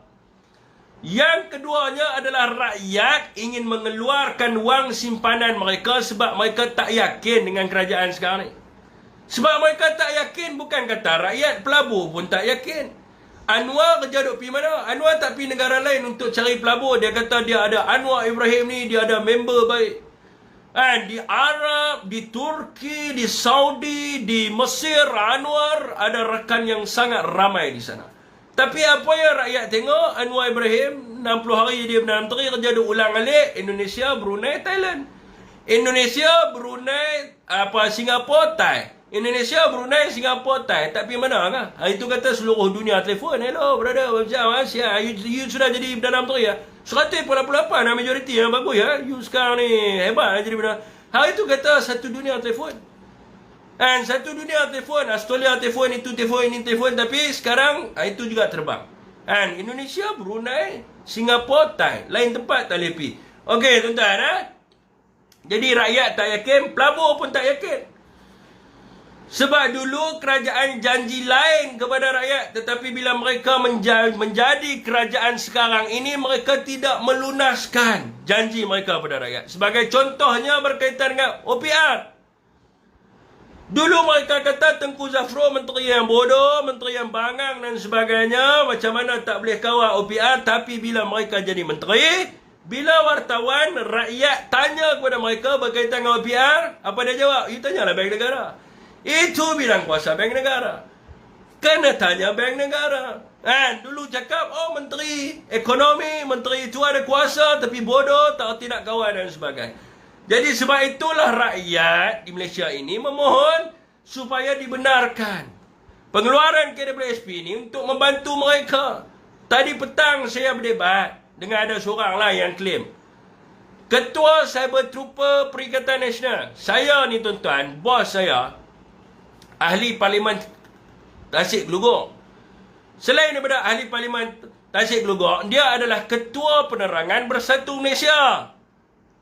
Kan? Jadi bila dia kata dia Cyber Trooper, ni adalah unit media lah, lebih kurang unit media, mestilah di bawah penerangan. Dan penerangan Perikatan Nasional adalah di bawah Azmin. Dia yang penerangan Perikatan Nasional. Tadi saya boleh berhadapan dengan dia. Dia cakap apa? Saya bekas Cyber Trooper Perikatan Nasional. Saya tanya dia, siapa bayar hang? Siapa bayar hang? Tak ada siapa-siapa bayar saya. Soalan kedua saya tanya kepada dia, siapa lantik hang? Tak ada siapa-siapa lantik saya. Saya melantik diri saya sendiri. Yang ni memang lawak tuan. Yang ni memang lawak tuan. Yang ni memang lawak. Saya melantik diri saya sendiri menjadi Ketua Cyber Trooper Perikatan Nasional. Lepas tu saya tanya kat dia pula soalan, anak buah siapa dia? Hang Ketua Cyber Trooper mesti ada anak buah. Siapa anak buah? Saya tak ada anak buah. Saya seorang je Ketua Perikatan Nasional punya Cyber Trooper. Tak mahu sebutlah nama tuan-tuan. Hampa pergi tengok video tu, hampa gelak ke apa. Jadi tuan-tuan, dia duk kata lah. Kalau tuan-tuan tengoklah live petang tadi apa semua, dia kata lah. Saya kata kat dia, dulu kerajaan janji. Dulu Pakatan Harapan desak kerajaan suruh awak keluar KWSP dan sebagainya. Lepas tu mereka kata mereka akan mempertimbangkan berkaitan dengan pengeluaran KWSP dan sebagainya. Tapi bila rakyat hari ini tanya kepada mereka, maka mereka tak boleh nak jawab. Mereka kejam dengan rakyat. Mereka tidak mahu melunaskan janji mereka kepada rakyat. Rakyat tertipu dan dibohongi oleh mereka. Konon-kononnya, kalau mereka menang, mereka akan bagi pengeluaran KWSP dan sebagainya. Lepas tu mereka duk jawab dengan kita, duit tak ada Syafiq, hang tak tahu. Saya kata kat dia, aku pernah kerja kerajaan 9 tahun. Lepas aku kerja PDRM, aku kerja dengan Kementerian Multimedia. Aku pernah kerja dengan kerajaan, cakap dengan dia, aku tak adalah bodoh sangat, aku tahu lah juga sikit-sikit apa yang berlaku dalam kementerian. Dia kata apa kat saya? Itu waktu hang kerja kerajaan lah, kerajaan dia lain. Cara pemerintahan dia ni. Dasar kementerian ni dia menteri ni dia seorang dia tukar hak duduk dalam tu jawatan kuasa apa SUB, SU apa semua sekalian ni semua orang sama. Dia tak tukar-tukar. Jangan duk merapu saya kata dia. Merapu. Jadi saudara semua, mereka duk ceritalah pasal angka duit tak cukup apa semua kan. Saya nak tanya, laporan kewangan EPF tahun 2017 boleh tengok kat website. Tahun 2018 boleh tengok kat website. Tahun 2019 boleh tengok, boleh download. Tahun 2020 boleh tengok, boleh download. Tahun 2021 boleh hangpa boleh pergi download. Kita nak tanya tahun lepas punya. Duk cakap banyak dengan rakyat pasal angka duit tak ada, hangpa tak ada duit. Saya umur 32. Saya baru check EPF saya tadi. Umur saya 32, saya punya EPF ada 30,000, saya dah buat keluar 20, tinggal lagi 12,000. Umur saya 32, simpanan saya dah 30,000 dah. Dan kat dalam EPF, tuan-tuan bayangkan umur yang 40-50, berapa? Yang gaji lebih besar lah dan sebagainya. Dia kata tak ada. Rakyat Malaysia semua tak ada duit, tak boleh buat keluar dan sebagainya dan macam-macam lah benda. Lepas tu dia kata kat saya, dia setuju. Adalah ketua saya bertupa Perikatan Nasional tu. Dia kata kat saya dia setuju untuk bagi pengeluaran secara kita bukan bagi pada semua lah. Kita kena pilih lah untuk siapa nak bagi. Saya tanya kat dia, orang Pakatan Harapan, apa faham tak apa makna bersasar? Faham tak sasar ni apa? Yalah kita akan bersasar lah. Bersasar ni adalah kita bagi pada golongan yang amat memerlukan. Dan hampa pun ada di kalangan orang hampa yang memerlukan duit ini. Jadi kalau kata tak ada duit, angka apa semua ni sekarang ni, buat keluar laporan kewangan EPF tahun 2022, kami rakyat akan tengok sendiri. Sebab apa tutup? Sebab apa tak berani buat keluar? Sebab apa tak berani buat keluar? Tunjuk kita nak tengok, kita nilai sendiri. Kalau betul EPF tak ada duit, kita bertanggungjawab sebab tu duit kita. Dalam Akta Penubuhan KWSP, duit kita serah kepada kerajaan untuk jaga. Dan apa-apa berlaku pada EPF, tanggungjawab rakyat Malaysia. Kita punya duit, kita yang bertanggungjawab. Bagi kami tengok penyata kewangan. Bagi kami tengok. Buat keluar EPF, bagi kami tengok. Kami nilai sendiri. Dan umur berapa yang boleh buat keluar, umur berapa tak boleh buat keluar. Jangan tipu rakyat. Angka tak ada, kita nak cek betul tak betul pun tak boleh. Bawa keluar laporan itu dulu. Jadi rakyat nak tengok dan sebagainya. Dan tuan-tuan, kita nak bagi tahu pengeluaran KWSP ni, Anwar kena faham lah. Kita menghadapi pandemik. Ni OPR nak naik. Orang ni, dia ada simpanan akaun 2. Dia dah keluarkan habis dah simpanan akaun 2 dia. Simpanan akaun 2 boleh digunakan untuk melansaikan hutang rumah. Boleh digunakan untuk menyambung pendidikan. Anak nak belajar boleh guna. Nak pergi umrah pun boleh guna akaun 2. Masalahnya akaun 2 mereka ni dah habis. Mereka tak guna akaun 1, mereka guna akaun 2 masa PKP hari itu. Sekarang ni mereka terbeban dengan hutang rumah. Takkanlah rumah dia nak kena lelong baru KWSP nak bagi tolong.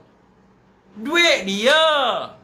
Bukan duit Pak Non, duit dia. Dia ada hutang, Along duk kejak dia. Nak mati masuk kubur dah. Orang nak tanam dia dah. Kerajaan kata tunggu umur 60 tahun. Anak bini dia dalam risiko. Sebab tu dia nak keluar duit tu nak bayar Along. Gunalah otak kerajaan, jangan kejam. Tak ada rasa empati, tak ada rasa simpati kepada rakyat langsung. Selama ya awak keluar kenyataan, kita tak benarkan untuk keluarkan. Itu duit rakyat. Kalau kamu tak mau benarkan rakyat keluarkan, tunjuk apa kamu boleh bagi pada rakyat. Adakah kerajaan boleh membayar hutang rakyat? Tak boleh. Kerajaan tak mampu untuk bayar hutang rakyat. Saya bagi tahu pada saudara, orang yang akan membangkitkan isu ini dalam parlimen adalah Datuk Wan Saiful Anjan. Dia akan membawa hujah ini dalam parlimen bagi memperjuangkan nasib rakyat Malaysia. Saya yakin Datuk Wan akan mendesak kerajaan bagi meluluskan pengeluaran KWSP ini. InsyaAllah tuan-tuan.